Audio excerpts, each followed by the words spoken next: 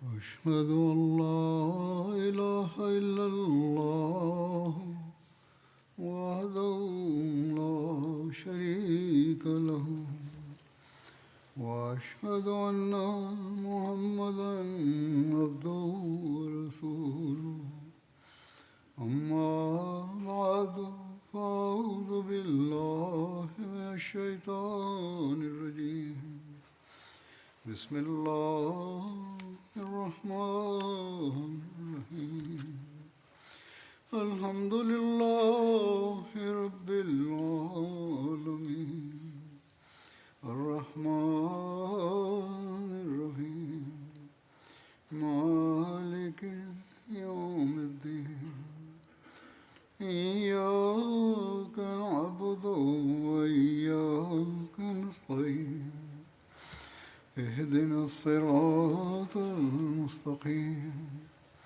صراط الذين أنعمت عليهم غير المغضوب عليهم ولا الضالين.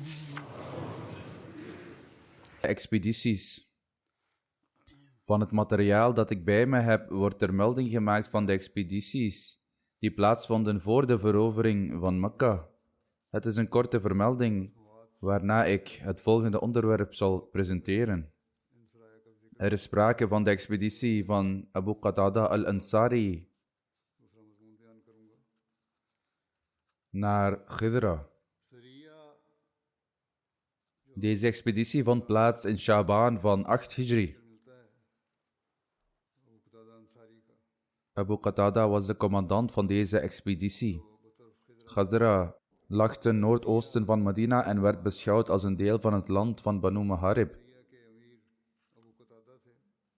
Het werd ook beschouwd als een regio van Tehama dat bij Najd hoorde. Daar woonde een tak van de Banu Ghatfan. De Banu Ghatfan waren aanhoudend vijandig tegenover de islam en misten nooit een kans om de moslims te schaden. Het segment van Banu Ghatfan, woonachtig in Khidra van Najd, was actief bezig met het verspreiden van opruiing tegen de staat Medina.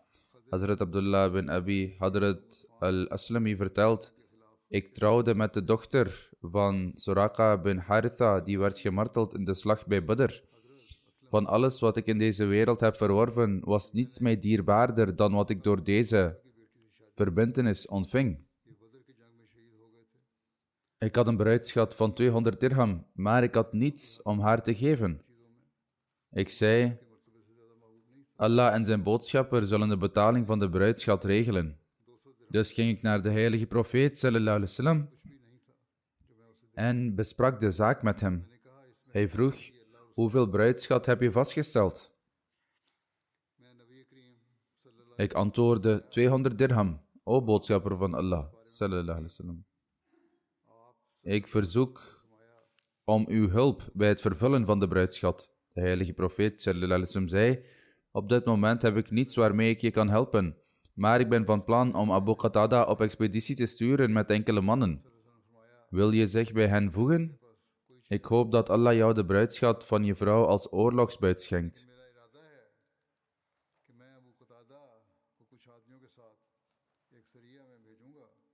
Ik zei: zeker. Dus we gingen op weg. We waren met z'n 16. Hazrat Abu Qatada was onze leider. De heilige profeet sallallahu alaihi wasallam stuurde ons naar de stam van Ghatfan in de richting van Najd en zei: reis 's nachts en blijf overdag verborgen. Voer een verrassingsaanval uit, dood geen vrouwen en kinderen. Dus we vertrokken totdat we een deel van het Ghatfan-gebied bereikten.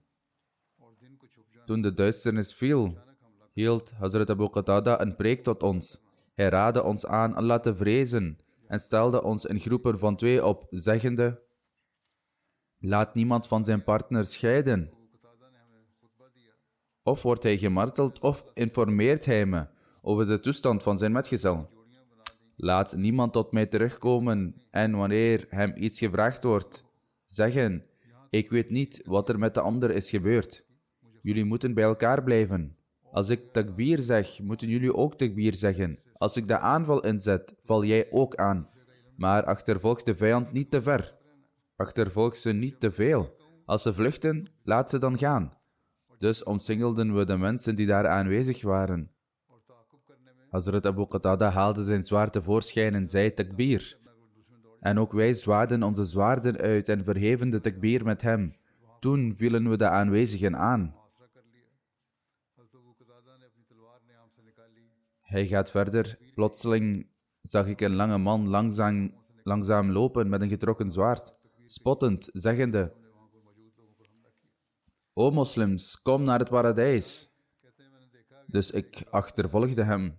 Hij was een ongelovige en zei dit sarcastisch: Als je naar het paradijs verlangt, kom dan. Hij bleef paradijs herhalen om de spot met ons te drijven. Ik wist dat hij uiteindelijk zou omdraaien, dus ik volgde hem. Mijn partner zei tegen me: Ga niet ver. Onze leider heeft ons verboden om af te dwalen. Maar ik bleef doorgaan en haalde de man in. Ik schoot een pijl op zijn blote rug. Hij zei weer, spottend: O moslims, het paradijs is nabij. Ik schoot weer een pijl naar hem en doodde hem. Ik nam zijn zwaard. Mijn metgezel riep me: Waar ben je gebleven? Ik zweer bij Allah dat toen ik terugkeerde, Hazrat Abu Qatada had gevraagd naar jou, dus heb ik hem geïnformeerd. Ik vroeg: Heeft de commandant naar mij gevraagd? Hij antwoordde: Ja, en hij was boos op jou en mij. Toen vertelde hij me dat de moslims de oorlogsbuit hadden verzameld en de vijandelijke leiders hadden gedood.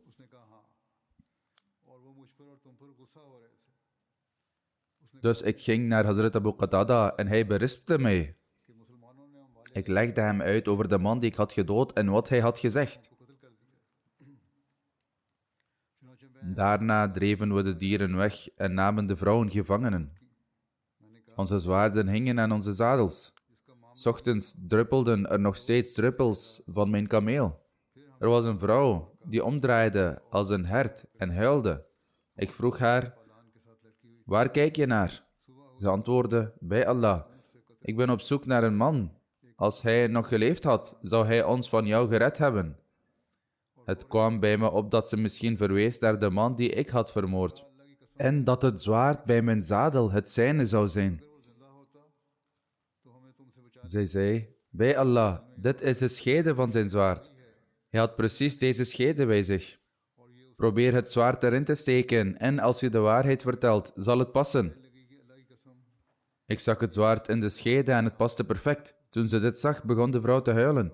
Toen brachten we de kamelen en geiten naar de heilige profeet sallallahu alaihi wasallam. Volgens één overlevering waren de metgezellen 15 nachten uit tijdens deze expeditie. Zij brachten 200 kamelen mee terug, 1000 geiten en veel gevangenen. De gomus, een 5e deel, werd opzij gezet.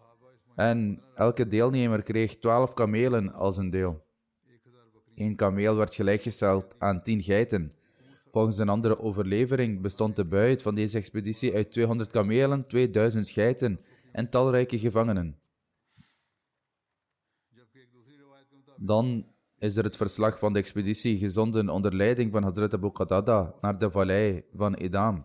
Dit vond plaats in de maand Ramadan in 8 Hijri, wat overeenkomt met januari 630. Edam is een vallei ongeveer 36 mijl ten oosten van Medina binnen de regio Najd, waar een tak van de Banu Ghadfan-stam, de Banu Ashja, woonde. Het doel achter deze expeditie was dat toen de heilige profeet sallallahu alaihi wasallam besloot te vertrekken voor de verovering van Mekka, hij Hazrat Abu Qatada naar Edam zond, dat ten oosten van Medina ligt, terwijl Mekka in het zuiden ligt.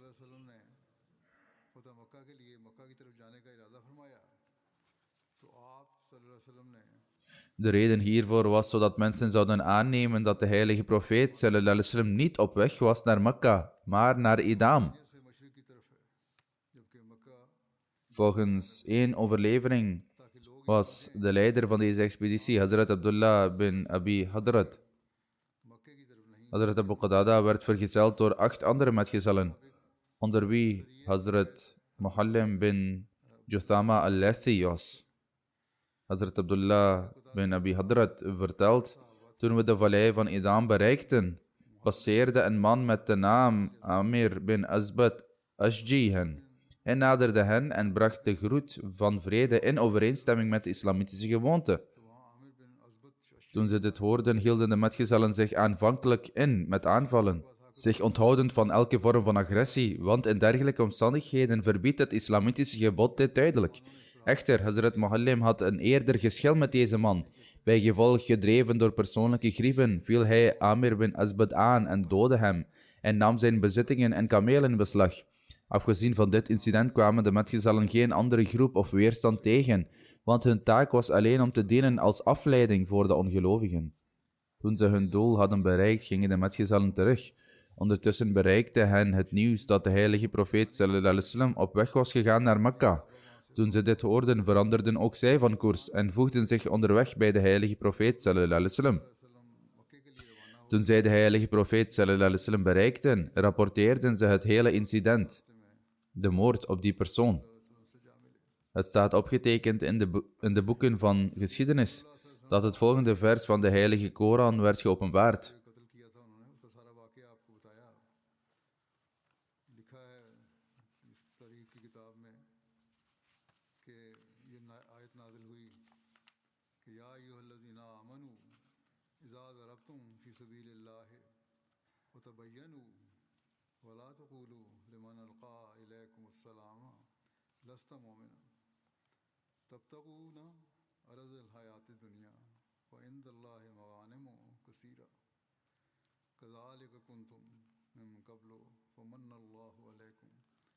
O u die gelooft, wanneer u voor Allah's zaak oprukt, onderzoek dan en zegt niet tegen iemand die u met de vredesgroet begroet, u bent geen gelovige.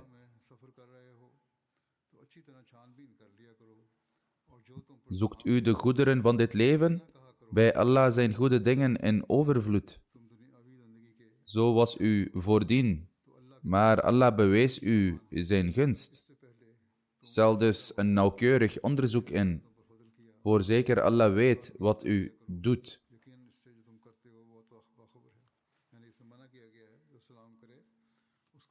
Dit betekent dat wie de vredesgroet brengt, men hun weg niet mag versperren of hen schade berokkenen, noch mogen zij hen doden of straffen. Zoals vermeld van deze expeditie plaats in 8 Hijri, maar het vers in kwestie komt uit Surat An-Nisa en deze overlevering is opgenomen in Sirat Ibn Kathir.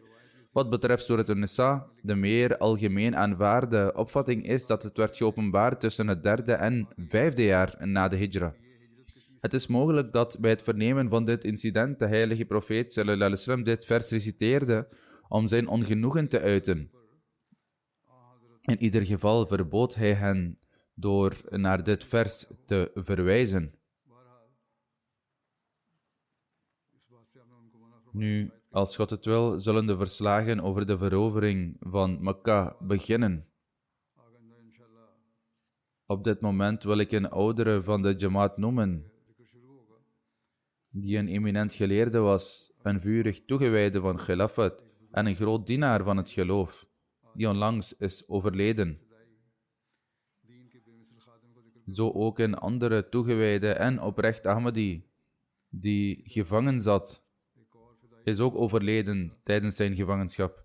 Gebaseerd op het beschikbare bewijs lijkt het dat hij de status van martelaar heeft.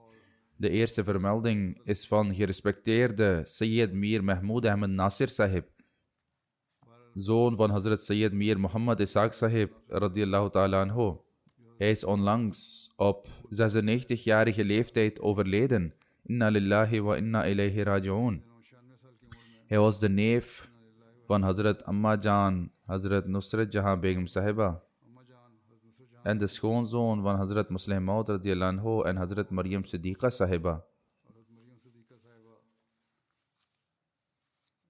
Zoals eerder vermeld, was hij de zoon van Hazrat Mir Muhammad Ishaq Sahib en zijn moeder heette Saliha Begum.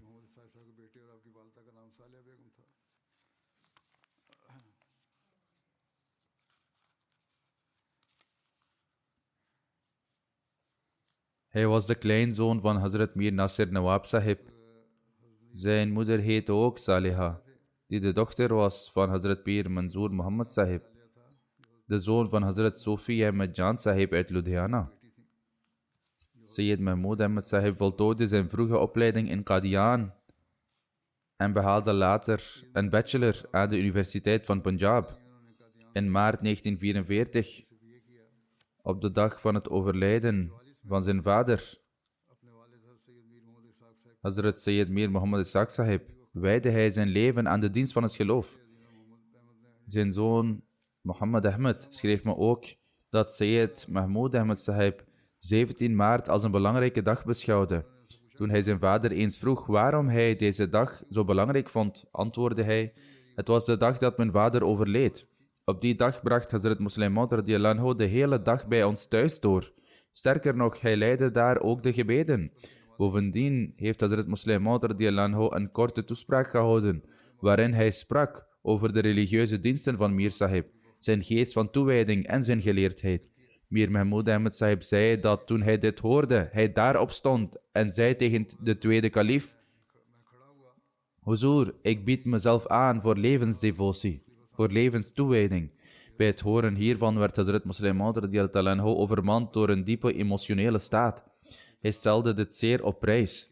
In die tijd was Sayyid Mir Mahmood Ahmed Sahib 14 jaar oud. En vervolgens vervulde hij die belofte op zo'n manier dat voorbeelden hiervan zelden te vinden zijn. Zijn diensten aan de Jamaat zijn als volgt. Van 1954 tot 1957 was hij hier in Engeland, waar hij diende als missionaris. En gedurende deze tijd heeft hij ook onderwijs gevolgd aan de school van Oriental en Afrikaanse studies, onder de instructie van Hazrat Muslim Maud radiyallahu anhu. Hij studeerde samen met de vierde kalif, rahimullah ta'ala. Hij was ook enige tijd secretaris van de missie in Londen. Van 1957 tot 1959 was hij reservemissionaris in Wakalat-e-Diwan. In 1960 werd hij aangesteld als leraar in Jamia en hij vervulde deze functie tot 1978. Van 1978 tot 1982 diende hij als missionaris in Amerika. Van 1982 tot 1986 kreeg hij de mogelijkheid om in Spanje te dienen. Van 1986 tot 1989 was hij wakil tasnif. Van 1986 tot 2010 was hij directeur van Jamia Ahmadiyya Rabwa. Gedurende deze periode van 1994 tot juli 2001 was hij ook wakil talim. Ook was hij de verantwoordelijke van de onderzoekscel en de verantwoordelijke van de cel van het incident van de kruisiging. In 2005, toen de Noor Foundation werd opgericht, werd hij benoemd tot voorzitter en bleef in die rol tot het einde. Hazrat Muslim Maud radiyallahu ta'ala anhu benoemde hem tot lid van de Majlis-e-Ifta op 3 juni 1962. En hij bleef lid tot november 1972. Daarna in december 1989 benoemde Hazrat Khalifatul Masih IV rahimahullah ta'ala hem opnieuw tot lid van Ifta en hij bleef in die positie voor de rest van zijn leven. Hij kreeg ook de kans om in Khuddam al-Ahmadiyya in verschillende functies te dienen, als de Muhtamim en als de Naib Sadr.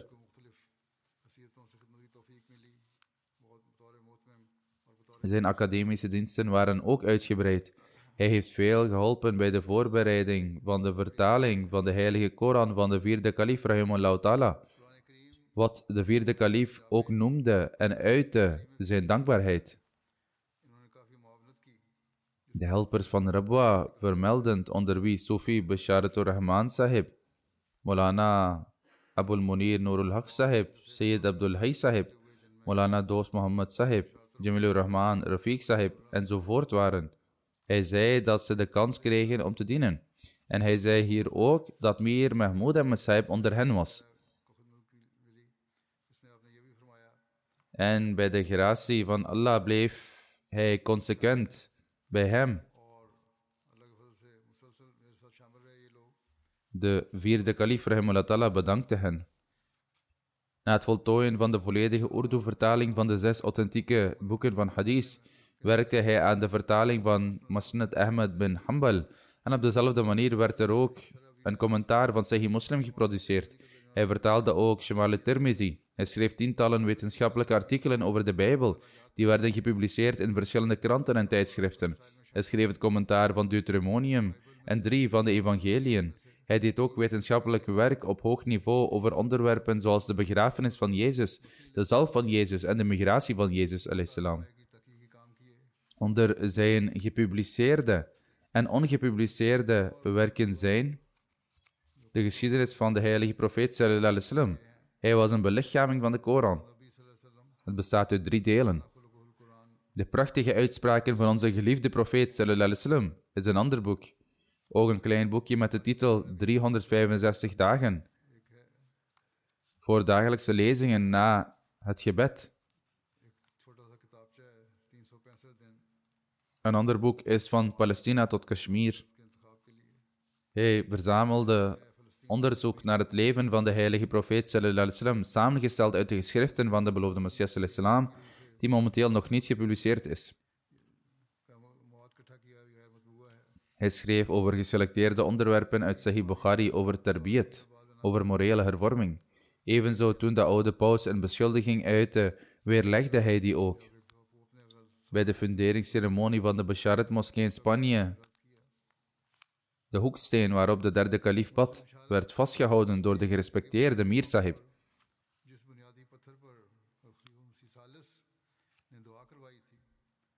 Ook bij de inhuldiging van de Basharat-moskee in Spanje kregen hij en zijn vrouw de kans om te dienen, wat ook werd genoemd door de vierde kalif, rahimahullah ta'ala.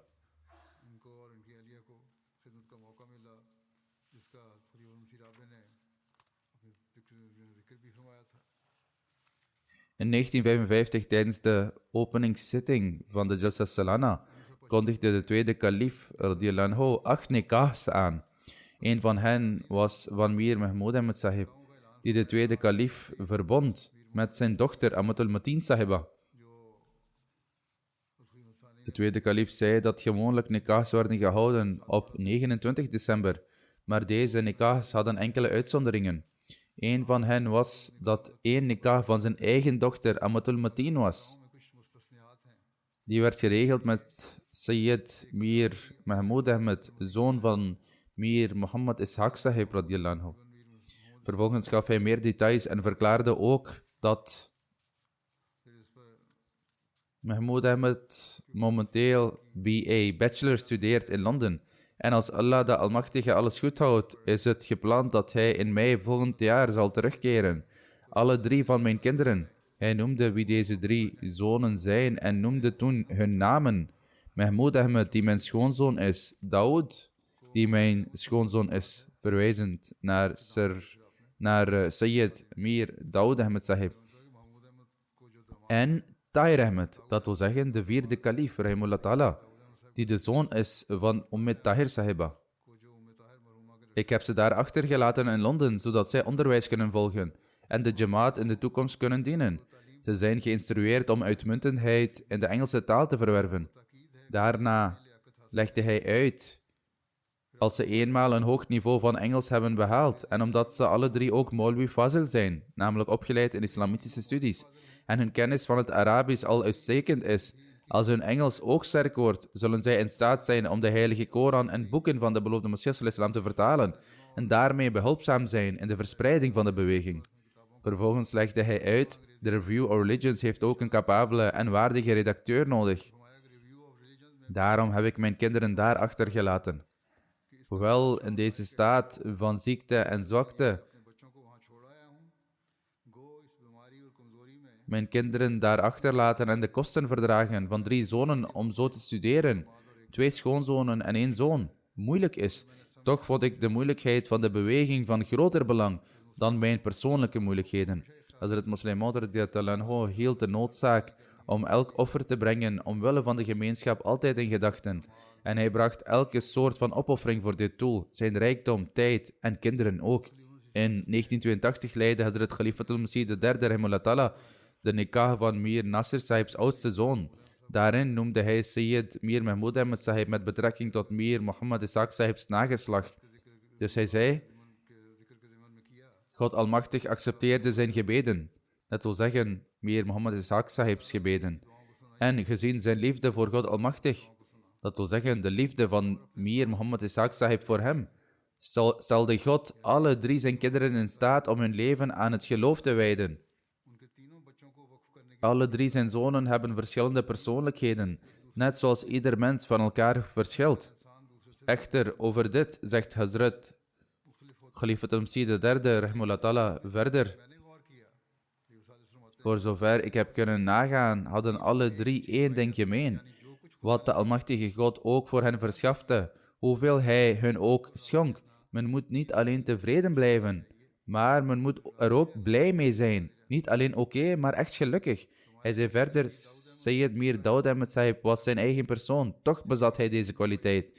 Mir Masood Ahmed is nu al geruime tijd in Denemarken, waar hij de boodschap verkondigt. En ook hij heeft zijn eigen persoonlijkheid, toch bezit hij ook deze kwaliteit. En hun jongere broer, Mir Mahmoud Ahmed, wiens zoons nikah ik nu ga aankondigen, bezit ook zijn eigen manier om een levenstoegewijde te zijn.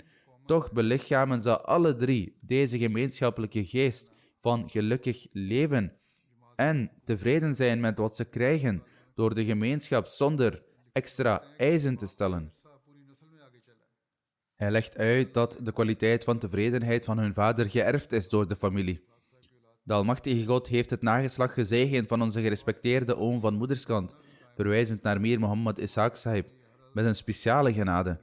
Daartoe is het uitstekend voorbeeld dat werd gesteld voor de gemeenschap, terwijl ze de gemeenschap dienden met lachende en tevreden gezichten, ongeacht de situatie, en voortdurend bewezen dankbare dienaren te zijn van de Almachtige God, die hun dagen doorbrachten met het zingen van lofprijzingen van God.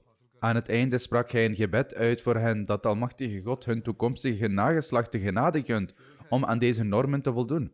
Hij was ook bedreven in poëzie. Natuurlijk kende hij de poëzie van de beloofde Messias al-Islam en die van Hazrat Muslim Maud radiyallahu anhu, maar hij schreef ook enkele eigen gedichten.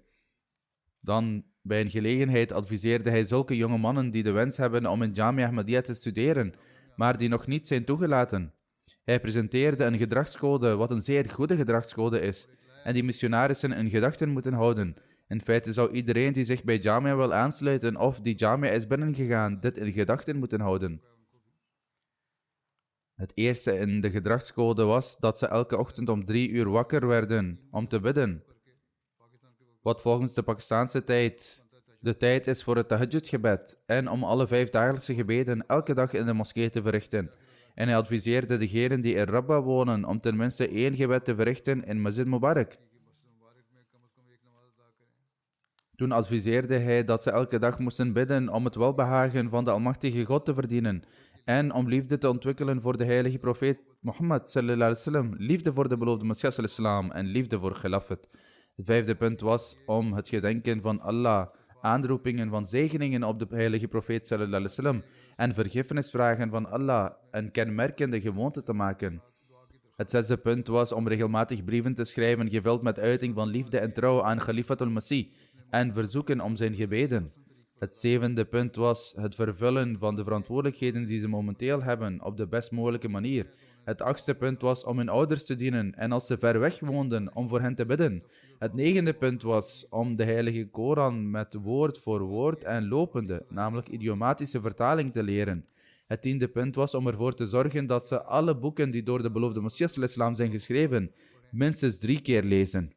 Het 11e punt was om ervoor te zorgen dat ze elke dag Al-Fazl en nog een andere krant lezen en zich elke dag bezighouden met 1 taak die Gods schepselen dient.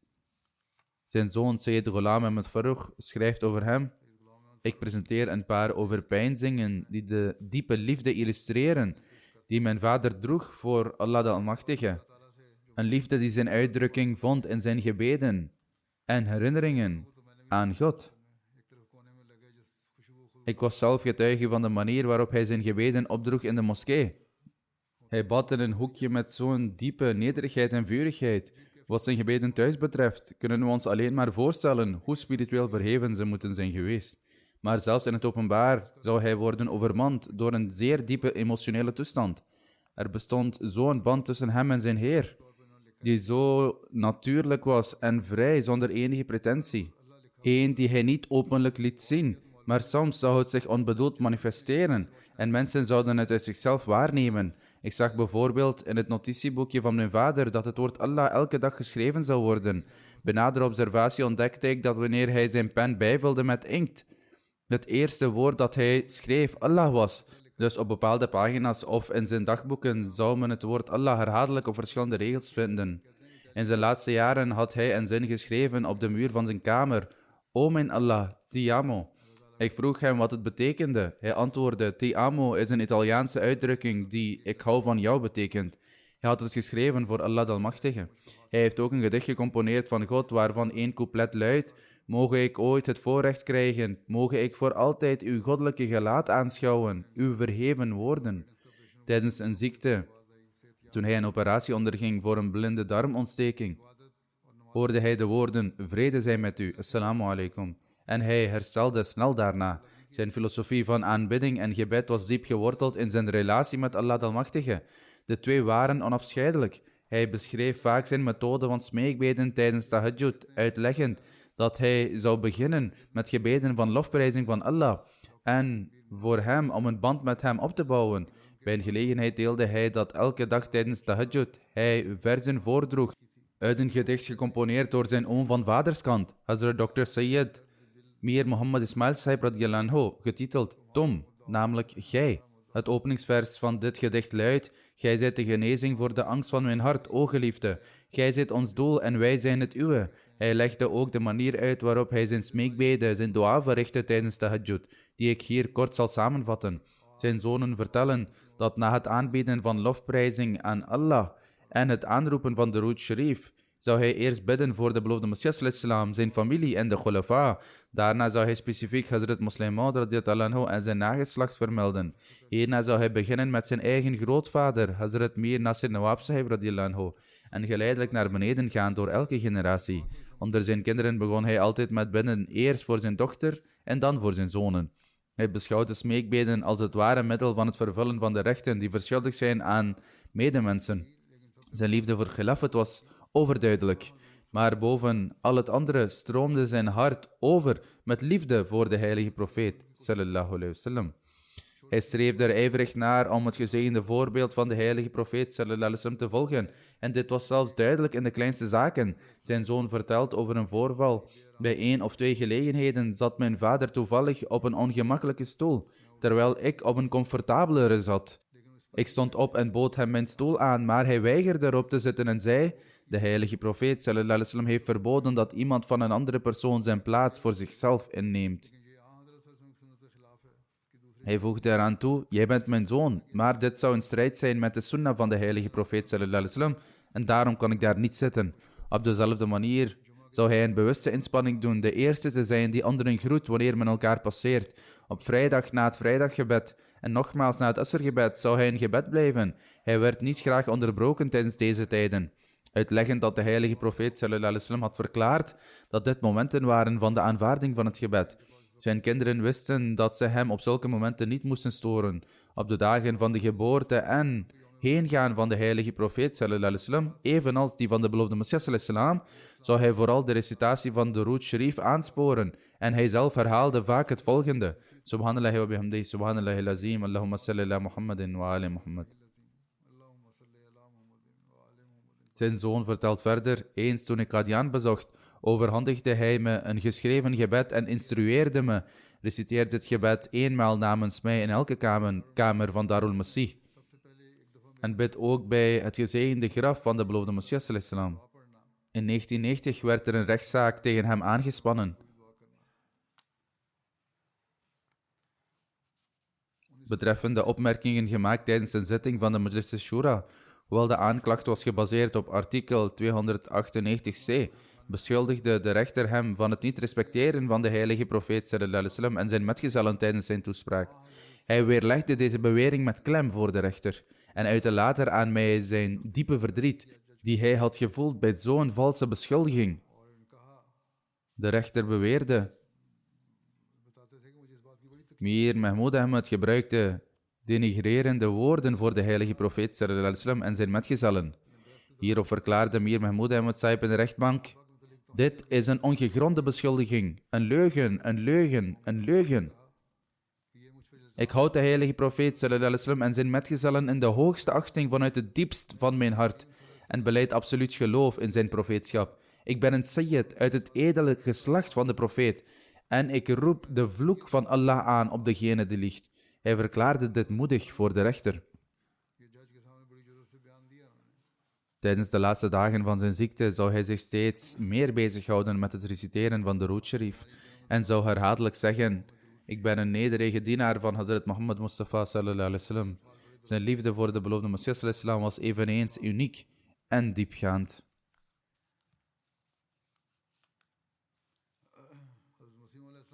Zijn zoon vertelt: ik herinner me dat in 1989 het dagblad Al-Fazl Rabba interviews hield met oudere leden van de Jamaat tijdens de viering van het 100-jarig bestaan. In het interview zei hij alleen: het grootste wonder van de beloofde Messias sallallahu alaihi wasallam is dat hij de mensheid weer in contact bracht met de levende God. Of soortgelijke bewoordingen. Zelfs tijdens periodes van ziekte zou hij soms niet in staat zijn om Qadian te bezoeken, ondanks de voorbereidingen. Plannen zouden worden geannuleerd. Toch koesterde hij tot zijn laatste dagen een diep verlangen om Qadian te bezoeken en zich te presenteren bij het gezegende graf van de beloofde Messias sallallahu alaihi wasallam. Ondanks zijn fysieke problemen zou hij de reis ondernemen. Wat betreft zijn dagelijkse routine staat geschreven dat de studie van de Heilige Koran, Sahih Bukhari en Rouhani Ghaza'in een vast onderdeel van zijn leven vormde. Hij zou er bij ons sterk op aandringen om deze gewoonte ook aan te nemen. Hij adviseerde elke bezoeker op dezelfde manier. Toen hij in 1990 gevangen zat vanwege de rechtszaak, bracht hij een nacht door in detentie in Chiniot. Toen ik naar hem toe ging, vroeg hij om een emmer, een mok en een exemplaar van Brahine Ahmadiyya. Mia Khurshid Ahmed Sahib, die op dat moment bij hem was, vroeg: hoe gaat het je lukken om zo'n moeilijk boek te lezen in deze benauwde, hete cel? Hij antwoordde: het is niet moeilijk voor mij, ik heb het al 5 keer gelezen. In de zinderende hitte van een afgesloten ruimte doorstond hij veel ongemak, al was het maar voor 1 dag. Maar door zijn verfijnde en waardige aard was de ontbering aanzienlijk. Toch bleef het zijn voornaamste zorg om de geschriften van de beloofde Messias sallallahu alaihi wasallam te blijven lezen.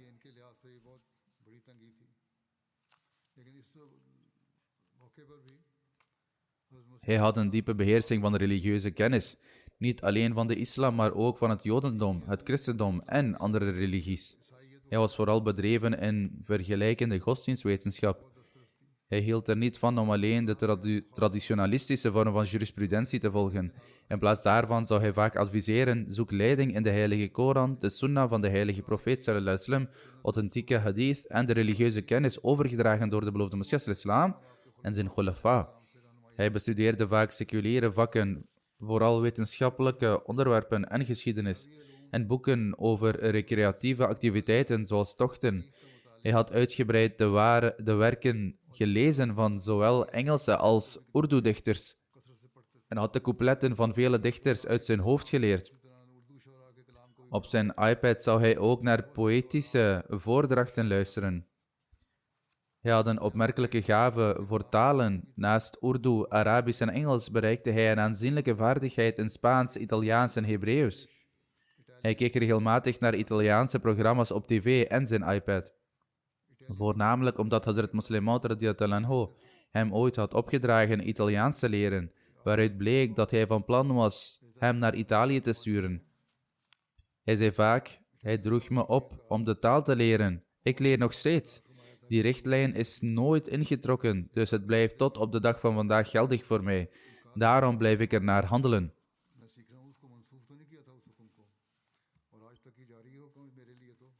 Hij bracht financiële offers met buitengewone ijver. Telkens wanneer hij erfenis of eigendomsaandelen kreeg, betaalde hij prompt het hem toegekende deel.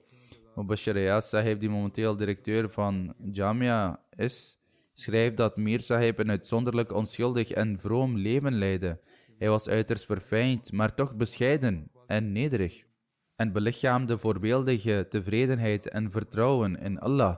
Hij was een oceaan van kennis en wijsheid en inderdaad een vooraanstaand geleerde. Dit is allemaal waar.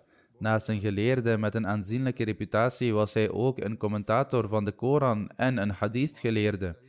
Hij heeft de onderscheidende eer in de geschiedenis van de Ahmadiyya-gemeenschap de eerste geleerde te zijn die niet alleen de heilige Koran, maar ook de hele Sahih Sitta, de 7 authentieke boeken van hadith, in Urdu heeft vertaald. Mir Sahib's leven was er een van toewijding. Zijn leidraad was constant werken. Het concept van vakantie bestond niet in het woordenboek van Mir Sahib. Mir Sahib was ongetwijfeld een voorbeeld van Khilafat door zijn eigen daden en toonde diepgaande gehoorzaamheid en liefde voor Khilafat. Door zijn gedrag toonde hij ons de ware betekenis van het respecteren van Khilafat. Hij werd ook een keer onwel. Hij fietste op tijd naar Jamia. Hij zou stipt om 7:20 aankomen, wanneer Jamia voor de dag zou beginnen. Omdat hij onwel was, viel hij een paar keer van zijn fiets. Ik zei hem dat hij in plaats daarvan om 10 uur moest komen. Hij beschouwde dit als een instructie en hield zich strikt aan en kwam om 10 uur 's ochtends aan op zijn kantoor. Mubashir Sahib herinnert zich dat op een dag Mir Sahib voor 10 uur 's ochtends op de veranda heen en weer liep. Op de vraag waarom hij buiten stond te ijsberen en niet naar binnen was gegaan, antwoordde hij: het is nog geen 10 uur en de khalifa van de tijd instrueerde me om precies om 10 uur op kantoor te zijn. Daarom ga ik precies om 10 uur naar binnen. Zo was zijn voorbeeldige gehoorzaamheid een voorbeeld stellend voor zowel leidinggevenden en ondergeschikten.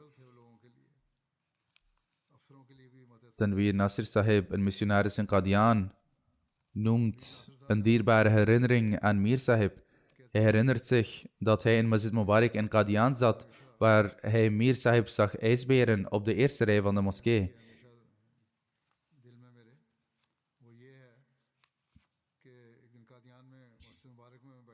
Hem zien heen en weer lopen en smeken was iets dat hij diep inspirerend en plezierig vond. Moed verzamelend vroeg hij uiteindelijk Mir Sahib waarom hij op de eerste rij liep. Mir Sahib legde uit: ik zag eens Hazrat Muslim Maud radiyallahu anhu hier heen en weer lopen en ik treed slechts in zijn voetsporen.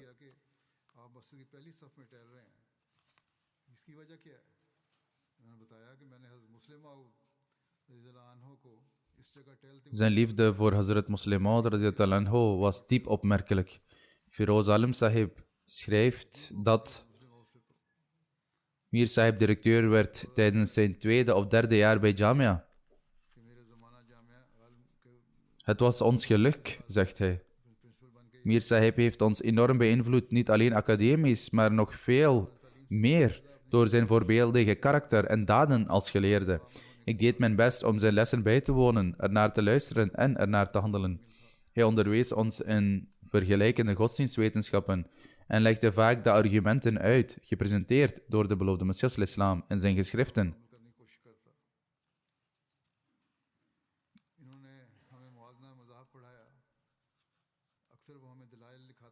Hij herinnert zich een specifiek geval tijdens een les over de wonderen van Jezus a.s.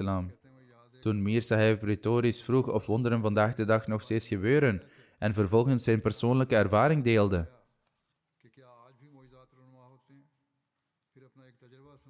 Tijdens de dagen van Jalsa, tijdens de dienst, was er eens een onverwachte toevloed van gasten en onvoldoende eten. Toen ze begonnen met het uitdelen van beperkte voedsel, schonk Allah de Almachtige overvloedige zegeningen en iedereen at voldoende, geen tekort voelend.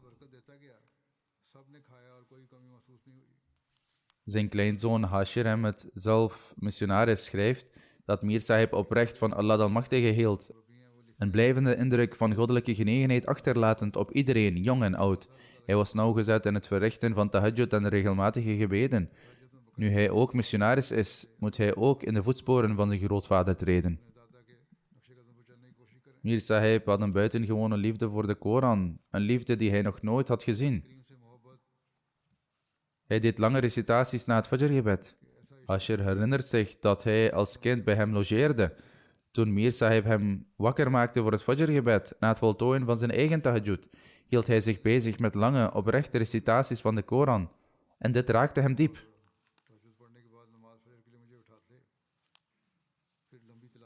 Toen Hashir toetrad tot Jamia Canada, vroeg Mir Sahib enthousiast of de Koran-vertaling afzonderlijk of samen met het commentaar werd aangeleerd, waarbij hij zijn blijdschap uitte toen hij leerde dat ze apart werden aangeleerd.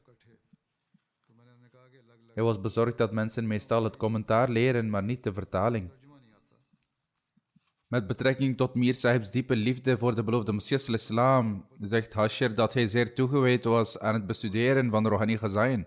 Hij verklaarde vaak: ik heb de boeken van de beloofde Messias al-Islam talloze keren gelezen. Toch onthult elke lezing nieuwe inzichten. Hij zei ook: als je Rouhani Khazain leest, zal je de Koran, Hadith en de islamitische geschiedenis begrijpen. Een keer zei hij persoonlijk tegen me dat hij alle boeken van de beloofde Messias al-Islam minstens 3 keer had gelezen, en sommige boeken zelfs meer dan 3 keer. Ondanks zijn enorme geleerdheid bleef hij uiterst nederig en heeft nooit geprobeerd zijn kennis openbaar te maken. Hij luisterde aandachtig naar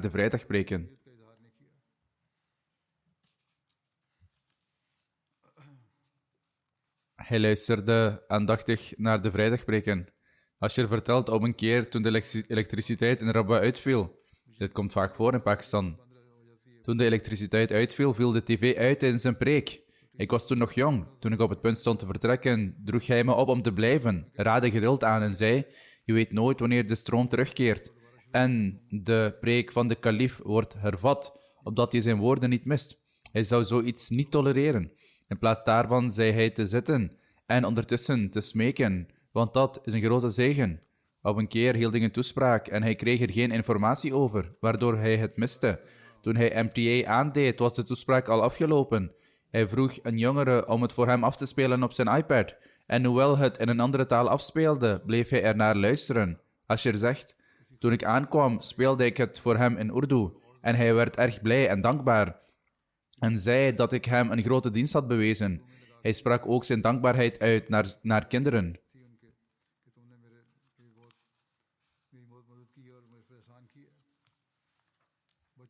Amir Safir Sahib, redacteur van de Review of Religions, vertelt een buitengewoon voorbeeld van Mir Sahib's gehoorzaamheid en khilafat.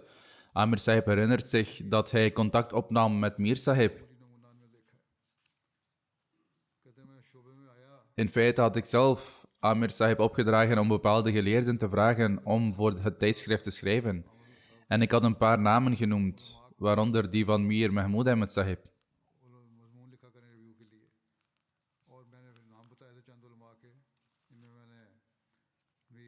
Amir Sahib zegt: bij navraag hoorde ik dat hij op dat moment in Pakistan was.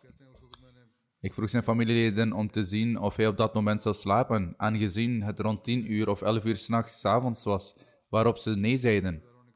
Dus ik belde hem en zijn vrouw nam op. Ze zei dat hij sliep. Maar gedurende dit werd Mir Sahib wakker van het geluid van de telefoon en het gesprek. Toen hij antwoordde, bracht ik over dat Hazrat Khalifat al-Masih u had opgedragen om een artikel te schrijven voor de Review of Religions over een bepaald onderwerp. Hij zei dat hij het niet duidelijk begreep, maar dat hij morgenochtend zou reageren. De volgende ochtend schreef en stuurde Mir Sahib onmiddellijk een artikel van 15 pagina's aan Amir Sahib, waarin hij opmerkte: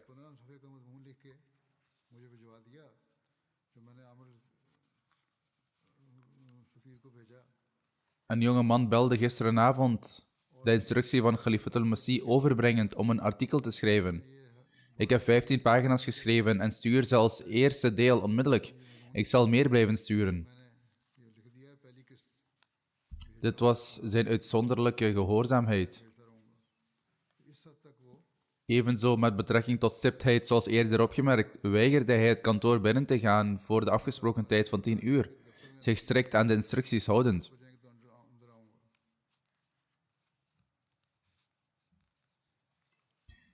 Hij zou ook elk jaar deelnemen aan het programma die ze zouden houden met betrekking tot de lijkwade van Jezus a.s.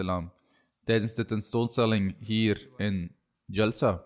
En hij zou het onderwerp volledig presenteren in het licht van de leer van de beloofde Messias a.s.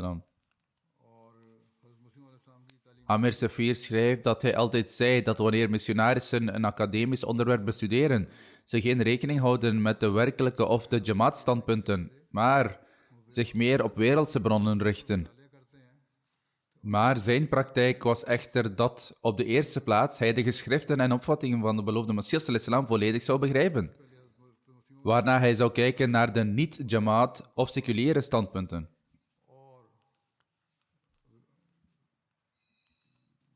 In plaats van het tegenovergestelde te doen.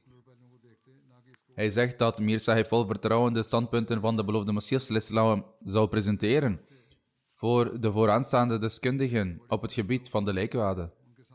Hij noemt een incident dat de Review of Religions veel onderzoek had gedaan naar het onderwerp van het incident van het overleven van de kruisiging van Jezus islam vanuit verschillende inzichten en perspectieven en streefde naar versterking van de Jamaat-visie door alle wetenschappelijke, historische en ideologische standpunten over de lijkwade.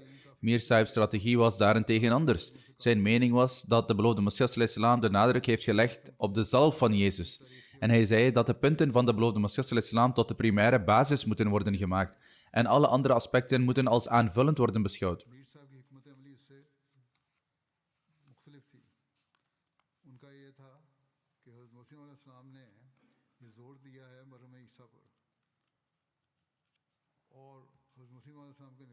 Hij presenteerde voortdurend dit perspectief en zei dat de zalf van Jezus islam de sleutel was tot het begrijpen van de kruisiging. Hoewel de inspanningen van de review-team de morele status van de Jamaat hebben verstevigd en goede connecties hebben gelegd met experts, waren ze niet succesvol in het hebben van een beslissende academische impact. Hij zegt echter dat Mir Sahib's aanpak uiteindelijk resultaat opleverde. De meest gerenommeerde expert en fotograaf van de lijkwade in die tijd, Barry Shorts, bekende dat als we ons punt konden bewijzen door de zalf van Jezus islam, dan zou hij moeten accepteren dat Jezus islam werkelijk het kruis overleefde. Mensen hebben ontelbare voorvallen over hem geschreven. Er zijn er meer van zijn kinderen, zijn nageslacht, andere mensen, leven toegewijden, missionarissen, en het is moeilijk om ze allemaal op te noemen. Eén ding dat elke missionaris heeft geschreven, veel, zo niet allemaal, wat gemeenschappelijk is dat hij zou zeggen om het woord qabr te nemen en ernaar te handelen. De uitleg van qabr die hij gaf was Qaf voor Koran, Ba voor Bukhari, het boek van Hadith, en Ra voor Rouhani Khazain. Hij zou zeggen dat als men expertise opdoet in deze dingen, ernaar streeft te handelen en ernaar streeft spiritualiteit van hen te leren,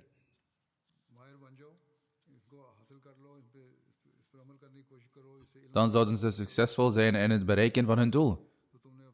Het woord qabr, namelijk graf, zelf is van die aard dat als men het in gedachten houdt, dan herinnert men zich God Almachtig. Wanneer iemand zich God Almachtig herinnert, streven ze ernaar rechtvaardig te handelen. In ieder geval was hij een grote helper van Khilafat. Hij was zeer loyaal en voerde elk woord uit. Hij was oprecht. Hij was een geweldige helper die je zelden tegenkomt. Hij deed wat hij predikte.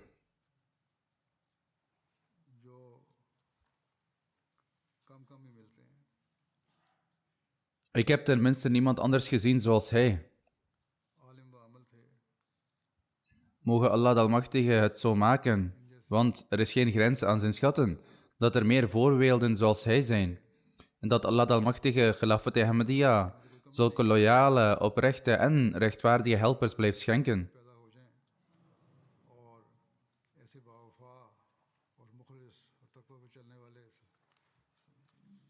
Mogen zijn kinderen de ontvangers worden van hun vaders gebeden en mogen Allah hen in staat stellen om zijn daden en raad op te volgen. De tweede vermelding, zoals ik al zei, is van een Ahmadi die onlangs is overleden terwijl hij gevangen werd gehouden.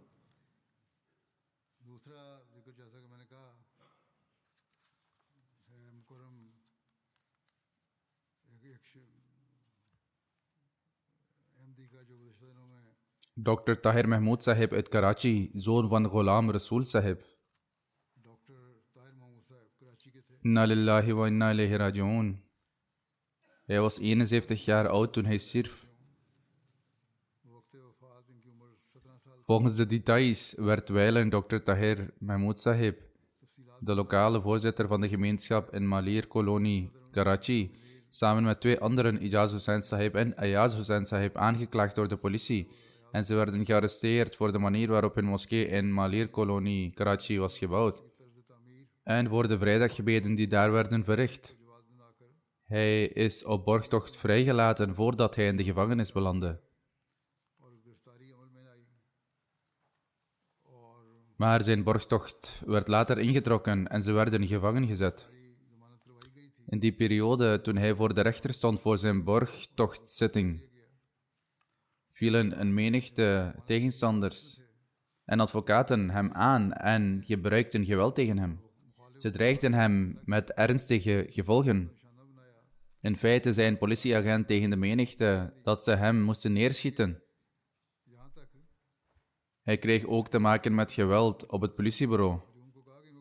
Hij werd gedwongen kwaad te spreken over de beloofde Messias al-Islam en de kalifen, maar hij bleef vastberaden en toonde standvastigheid. Daarna werd hij veroordeeld en naar de gevangenis gestuurd. Hij bleef 2 maanden in de gevangenis. Een paar dagen voor zijn dood begon hij zich onwel te voelen in de gevangenis door een nierinfectie. Hij werd toen naar een ziekenhuis gebracht, maar na een paar dagen overleed hij. Inna lillahi wa inna ilayhi raji'un.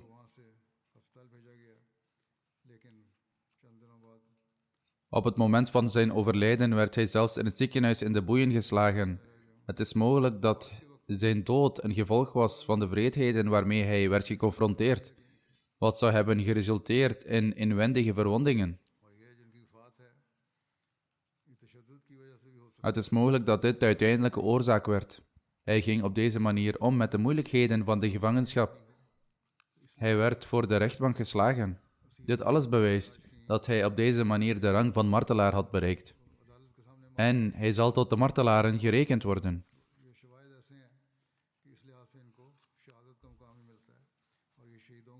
Hij maakte deel uit van de wasiyat-regeling.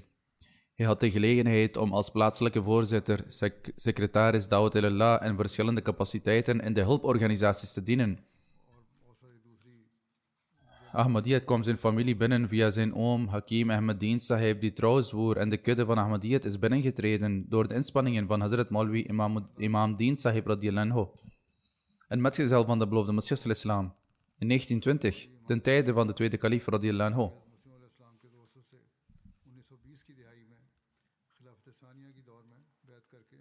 Daarna accepteerde zijn vader ook Ahmadiyyat. Hij onderhield de vertrouwelijkheid van de armen en bood hen financiële hulp. Hij hielp veel arme meisjes met trouwen. Hij hielp ook degenen die samen met hem in de gevangenis zaten. Toen hij in de gevangenis zat, werd hem tijdens bezoeken gevraagd of hij problemen had in de gevangenis. Hij zou zeggen dat er geen moeilijkheden waren, omdat hij daar was om het geloof te dienen. En hij kreeg de kans om de boodschap te verspreiden. Zelfs in die tijd verspreidde hij onbevreesd en moedig de boodschap. Op 17 januari 1988 werd een zaak ingediend tegen Tariq Mahmood Sahib op het politiebureau van Malir-kolonie, Karachi. De zaak was dat de klager beweerde dat hij zijn jongere broer Ahmadiyyat had laten aanvaarden. Hij zat toen ook gevangen. Dit was de tweede keer dat hij de eer had om in de gevangenis te zitten en te maken krijgen met tegenstand. Hij werd ook 3 keer aangevallen, maar hij had zijn zaak aan God overgelaten. Hij had in een droom gezien dat een aanvaller in de greep van Allah de Almachtige was, waarna de persoon die tegenstand bood, werd gedood vanwege een geschil dat hij had.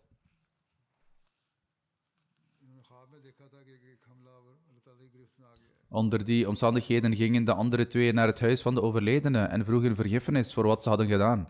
En hij vergaf hen onmiddellijk en diende geen klacht in. De vrouw van de overledene zegt dat hij haar op een buitengewone manier behandelde en dat hij toegewijd was voor de gemeenschap. Wanneer hij 's nachts zou terugkomen, klaagde ze nooit, noch wilde ze hem tegenhouden, omdat ze tevreden was, wetende dat vanwege het gedrag van haar overleden echtgenoot Allah de Almachtige voor hun behoeften zorgde vanuit het ongeziene. Een van hun kinderen is een toegewijde en dient als missionaris van de gemeenschap.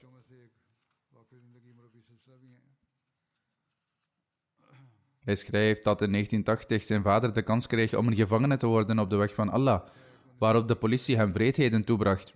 Telkens wanneer iemand de vreedheden ter sprake bracht en hem vroeg voorzichtig te zijn, zou hij hartstochtelijk zeggen dat na de brutaliteit van de politie te hebben doorstaan, hij geen angst of zorgen had en dat hij zonder angst tot Allah aanriep, teblieg deed.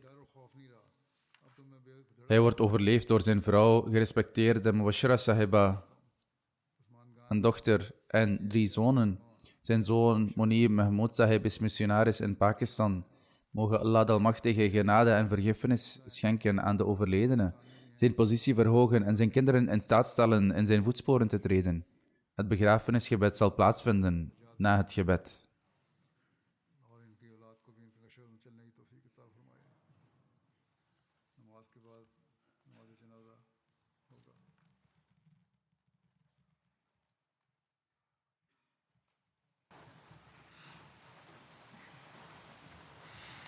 Alhamdulillah, alhamdulillah, nahmaduhu wa nasta'inuhu wa nastaghfiruhu wa nu'minu bihi wa natawakkalu alayhi wa na'udhu billahi min shururi anfusina wa min sayyiati a'malina. من يهده الله فلا مضل له ومن يضلل فلا هادي له ونشهد أن لا إله إلا الله ونشهد أن محمدا عبده ورسوله. عباد الله رحمكم الله، إن الله يأمر بالعدل والإحسان وإيتاء ذي القربى وينهى عن الفحشاء والمنكر والبغي يعظكم لعلكم تذكرون. اذكروا الله يذكركم وادعوه يستجب لكم ولذكر الله أكبر.